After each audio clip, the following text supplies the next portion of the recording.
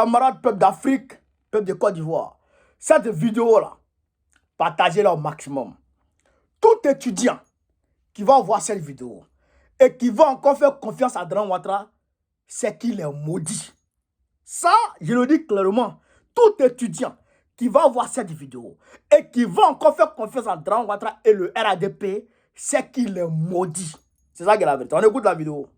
J'ai l'ambition de faire un grand campus universitaire vers Bingerville ou ailleurs, à 50-40 km d'ici, même plus, pour que ce soit un campus qui va pouvoir accueillir des dizaines de milliers d'étudiants, avec les infrastructures modernes, tout ce qui a trait avec les nouvelles technologies, ainsi de suite.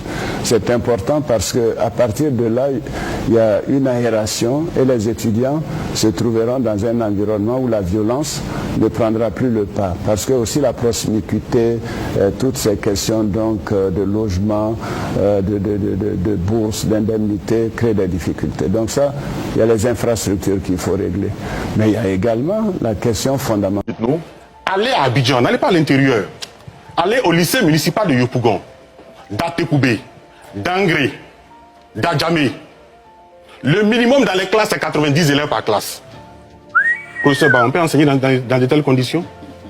À l'université, les étudiants prennent des cours, même sur les gazons, dans les gazons. Vous savez, en sciences politiques, il y a ce qu'on appelle la théorie du lampadaire. C'est-à-dire qu'il faut projeter la lumière là où il y a de l'ombre. Je pense que la décision du gouvernement me paraît inappropriée. Pourquoi? Tout à l'heure, je vous ai parlé des conditions de vie et d'études des étudiants. Je vais vous donner un exemple. Prenons l'Institut national Félix Faure-Boigny Polytechnique de Yamoussoukro. INPHB. Vous avez une fois entendu parler de grève là-bas? Non. Jamais. Certainement qu'il y a une session de la FESI. Mais quand vous arrivez, tous les étudiants sont logés. Ils vivent dans des conditions excellentes d'études. Non, il y a quand même quelques difficultés. Non, je sais, mais par rapport aux autres. Bien sûr. Mais quand vous arrivez à l'université de Cocody, l'université Félix Houphouët-Boigny, qu'est-ce que vous voyez? Tout à l'heure, je vous ai parlé de la surpopulation. Un lit pour 26 personnes. Dans un tel contexte, il ne peut avoir que des conflits. Tout à l'heure, dans votre élément, vous avez dit que la FESI logeait certains étudiants. Mais pourquoi? Et où sont les autorités universitaires? Pourquoi cela a-t-il été possible? Je pense que la solution, c'est simple. Le gouvernement a bien dit qu'il fait de l'école une priorité. C'est de construire suffisamment d'infrastructures scolaires et universitaires. À Abidjan, nous avons 13 communes. Il serait indiqué que chaque commune ait une université. Parce que quelles que soient les mesures que vous allez prendre, si nous avons 7 effectifs, vous aurez toujours des problèmes. D'où la pertinence. Quand chaque fois que je vais sur votre plateau, je parle de la gouvernance. Et on nous dit non, mais ils sont toujours là en train de décrier, à écouter nos amis du pouvoir. Tout va bien dans l'école ivoirienne. Des universités ont été construites. Mais regardez les conditions dans lesquelles les gens vivent. Les mesures prises par le gouvernement. Mais c'est extraordinaire. Le gouvernement est chargé de ces questions. Le gouvernement a commis une faute. Laquelle? Sa responsabilité sans faute est ici établie. En laissant le surnombre dans nos universités, en laissant les étudiants vivre dans des conditions inadmissibles, l'administration fait courir des risques aux étudiants. L'administration se doit donc de réparer cela. Vous allez beau prendre des mesures, dissoudre la FESI. Tant que dans nos écoles, Ali de la Souba, vous savez que, et je vous invite à faire un reportage sur ça, pour que vous voyez la pertinence de ce que je suis en train de dire. Dites-nous. Allez à Abidjan, n'allez pas à l'intérieur. Allez au lycée municipal de Yopougon, d'Atekoubé, d'Angré, d'Adjamé. Le minimum dans les classes, c'est 90 élèves par classe. Professeur, on peut enseigner dans de telles conditions? À l'université, les étudiants prennent des cours, même sur les gazons, dans les gazons. Qui peut s'épanouir dans de telles conditions? C'est pour cela que je dis que la réaction du gouvernement me paraît totalement hors sol. Parce que ce n'est pas là qu'on l'attend. Ce qu'il faut pour que l'école ivoirienne soit débarrassée de la violence. Pourquoi attendez. Il faut améliorer les. Non, mais que fait la FESI? Non, j'arrive. Que fait la FESI? Wow. La FESI pose le problème des étudiants. Non. Mais c'est parce qu'il y a un problème. D'accord, je. Frère, vous avez entendu les deux versions. Draman dit, en 2010, il va construire un campus à Benjerville. Nous-mêmes, il nous a promis une université. Nous-mêmes, à Séguéla, il nous a promis une université à Séguéla. Il a promis au Djeneka. Les Djeneka, ils ont manifesté. Hein? Et Dieu ne m'a vu clair dedans.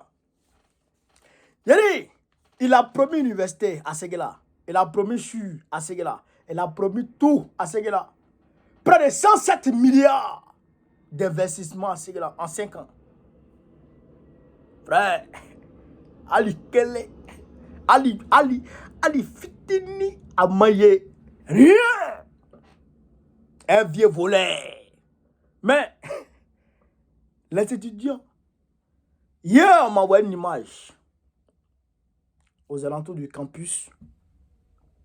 Il y a un étudiant qui a été retrouvé pendu. Je dis bien, il a été retrouvé pendu, un étudiant. Il est mort. Vous comprenez ça? Il a été retrouvé, il est mort. Mais, ça ne va pas. Ça ne va pas. La surpopulation. Allez-y voir dans Nagui à Brogua. Ils dorment dans les amphithéâtres. Il n'y a pas de cité universitaire. Il n'y a pas de chambre. Un lit pour 26 personnes. Un lit pour 26 personnes. Alors qu'il a promis, Draman, qu'il allait régler toutes ces questions-là. Mais est-ce qu'il n'a pas eu l'argent qu'il a promis aux Ivoiriens? Oui, il a eu l'argent. On lui a donné 35 000 milliards aujourd'hui en son actif. 35 000 milliards. Mais l'argent, qu'est-ce qu'il en a fait? Bakongo seul a détourné 100 milliards dedans. Seul 100 milliards, va-moi. Quand il a fini de voler l'argent là, qu'est-ce qu'il a fait? Qu'est-ce qu'il a fait quand il a fini de voler l'argent? Frère, Dram Ouattara l'a enlevé de là-bas, il a promu le gars. Parce qu'il a volé, il a promu le gars. Mais et les étudiants, qu'est-ce qu'ils deviennent? Vos Wi-Fi là, ça marche ou ça marche pas? Les étudiants des campus là. Est-ce que vos Wi-Fi là, ça marche encore? Rien du tout. Les cartes de bus, c'est comment? Les bourses, c'est comment? Vous donnez ou pas? Rien du tout. Alors que l'argent tombe. L'argent est là. L'argent est là. Mais on ne donne pas. On préfère détourner. Vous voyez? Vous voyez ce qui se passe? Donc, malgré ça, alors que le gars, il a eu l'argent, il a promis, il a fait son projet, il l'a envoyé au FMI, à la Banque mondiale, les institutions de Bretton Woods, et l'argent est tombé, et cet argent n'est pas arrivé à destination. C'est un mépris pour les étudiants. C'est un mépris pour vous, étudiants. Quelqu'un qui vous méprise, quelqu'un qui ne vous calcule pas, qui ne vous gère pas. Mais si vous partez soutenir ce gars-là encore, c'est que vous, non seulement vous êtes des masos, mais vous êtes maudits pour mettre dessus. Parce que, à la lui où les choses, il est sûr à 100% que le gars-là, il ne va rien faire pour vous. Donc, l'idéal, c'est de sanctionner ce gars dans les urnes. Et regardez comment il est en train de détruire votre syndicat. La FESI a ses défauts, je le connais. En fait, c'est ses défauts. Mais laisser le système éducatif, je dirais, estudiantin et scolaire, sans syndicat des élèves et étudiants, c'est grave. C'est grave. Vous ne pouvez pas rester sans syndicat. Qui protège vos droits? Qui défend vos droits? D'autant plus qu'aujourd'hui, nous avons affaire à un dictateur qui fait ce qu'il veut quand il veut. Même les petites entreprises, les petites institutions. Mais pourquoi ils ne cassent pas les syndicats des enseignants qui, eux, voulaient gréver dès demain, mardi? Pourquoi ils ne cassent pas? Pourquoi ils les appellent au dialogue? Marietou les a reçus. Pourquoi Adama Diawara ne vous reçoit pas? Et on vous dissout. On vous attaque. On vous frappe, on vous emprisonne. On vous met dehors. C'est un mépris sans précédent pour les étudiants et les élèves de Côte d'Ivoire. C'est un mépris sans précédent pour l'avenir de notre nation. On ne doit plus faire confiance à Ouattara. Ni à Ouattara, ni à son RADP. Il faut le sanctionner. Il faut s'insurger de façon pacifique contre ce monsieur. Donc, moi, je vous appelle à aller vous faire enrôler pour ceux qui ne l'ont pas encore fait et à attendre sagement pour aller sanctionner ce gars en 2025. Si vous ne voulez pas vous joindre à notre combat, nous, le PPACI. Si vous ne voulez pas vous joindre à notre combat dans les rues, parce que bientôt, nous allons entamer des combats dans les rues. Mais la meilleure des choses, c'est que vous vous joignez au combat démocratique, panafricaniste et souverainiste. Pour qu'on puisse sortir notre pays de la nasse. Parce que la Côte d'Ivoire aujourd'hui est prise en otage. Et si on ne s'élève pas, eh bien, le pays n'est pas prêt de s'élever. Le pays n'est pas prêt de se relever. Ils vont continuer à faire engloutir ce pays par la tyrannie, par les flots de la tyrannie infernale. Donc, levez-vous. Levez-vous.